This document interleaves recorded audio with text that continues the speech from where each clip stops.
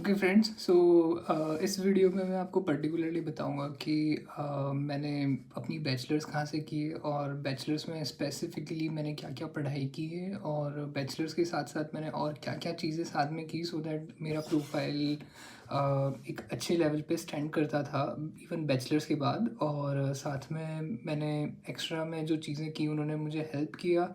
Specifically कुछ skills मैंने develop की जो मेरे बैचलर्स के टाइम पे जो मुझे आज तक यूज़फुल है मेरे लिए। सो बैचलर्स में स्पेसिफ़िकली मैंने यूपीएस देहरादून से किया था और बैचलर्स के बाद मैंने स्पेसिफ़िकली गेट लिखा, बट गेट से पहले मेरे पास एक कैंपस प्लेसमेंट था which was in Pfizer India private limited. It's a Bangalore based company. They deal with financial services and I did this job for almost 2 weeks. तो 2 वीक के बाद मैंने जॉब चेंज करने का सोचा, नॉट इवन चेंज बट मैंने job छोड़ने का सोचा और मैंने गेट लिखा। उस चीज़ को हम किसी और वीडियो में डिस्कस करेंगे। बट बैचलर्स में मैंने स्पेसिफिकली कंप्यूटर साइंस इंजीनियरिंग से बीटेक किया, कंप्यूटर साइंस इंजीनियरिंग में देहरादून से। और बीटेक कंप्यूटर साइंस में करने के बाद जो 4 साल थे मेरे, उसमें स्पेसिफिकली मैंने अलग अलग कोडिंग स्किल्स सीखी। पाइथन में कोड करना सीखा, नोड जेएस में कोड करना सीखा और मैंने कुछ ऑटोमेशन टूल्स सीखे। तो मैंने सबसे पहले तो सीखा पाइथन में बेसिक कोड और बेसिक स्ट्रक्चर कैसे होता है।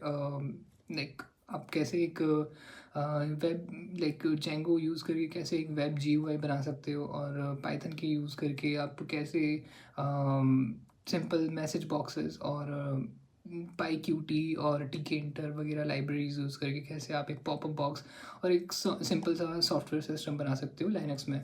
सो उसके बाद फिर मैंने नोड जेएस पे काम करना स्टार्ट किया। नोड जेएस स्पेसिफिकली मुझे एलेक्सा स्किल्स डेवलपमेंट में हेल्प करता था। और एलेक्सा स्किल्स जो कि बीच में काफ़ी पॉपुलर थे, जो स्पेसिफिकली जो मेरा टारगेट था वो बच्चों के लिए एलेक्सा स्किल्स बनाने का था। तो बीच उस दौरान मैंने एलेक्सा स्किल डेवलपमेंट सीखा, पाइथन बेस्ड प्रोग्रामिंग सीखी और वेब टूल्स और सॉफ्टवेयर्स यूज़ करके ऑटोमेशन सीखा। तो ऑटोमेशन स्पेसिफिकली अगर मैं बताऊं तो रोबोटिक प्रोसेस ऑटोमेशन जिसको बोलते हैं, जहाँ पे आप एक्सेल बेस्ड ऑटोमेशन कर सकते हो या फिर आपके किसी टूल को इंटीग्रेट करने के लिए यूज़ कर सकते हो। कोई रिपोर्ट जनरेशन में ऑटोमेशन यूज़ कर सकते हो। सो जो भी आप रेगुलर बेसिस पे कर रहे हो उसको आप ड्रैग एंड ड्रॉप और even mouse based automation perform कर सकते हो। So it's just that you just need to set some routine for that and it will do your task. तो ये 3 चीज़ें मैंने बैचलर्स में की थी और उस दौरान ऑटोमेशन की बहुत डिमांड थी, इवन एलेक्सा स्किल्स डेवलपमेंट की बहुत डिमांड थी। तो I use to sell my services. मैंने उस दौरान अपने सॉफ्टवेयर पैकेजेस बना के बेचे और कई बार मैंने एलेक्सा स्किल्स को कन्वर्ट किया दूसरी कंपनीज़ के लिए, कोड किया। तो ये सारी चीज़ें उस दौरान उस बीच में मैंने कंप्लीट की और साथ में अपने ग्रेड्स भी मेंटेन करते गया। तो my grades used to be almost 7.78 और 7.89। I mean, 9 is something that I used to get only for 1 or 2 semester, but for most of my semesters I got 6, 7, 6, 7. So that's why I had a total balance of 7.8 CGPA in my bachelor's and BTech जो मैंने complete किया उसके तुरंत बाद मैं बेंगलोर चला गया था।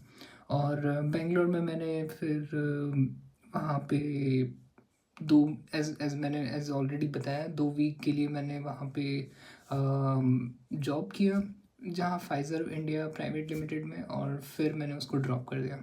तो इस वीडियो के लिए इतना ही। मुझे बस अपनी ये इन्फॉर्मेशन शेयर करनी थी कि वो 4 साल 2015 से 2019 मैंने कैसे स्पेंड किए। और मैं साथ साथ में प्रोफेसर्स, वहाँ पे जो प्रोफेसर्स थे उनके साथ साथ मैं इवन विंटर्स में वहाँ रुक कर छोटे छोटे प्रोजेक्ट्स करता था। सो एक बार मैंने तोमर सर जो वहाँ पे मेरे प्रोफेसर थे, मेरे बैचलर्स के गाइड थे, उन्होंने मुझे एक टूल बनाने के लिए मोटिवेट किया था which was using Google Firebase.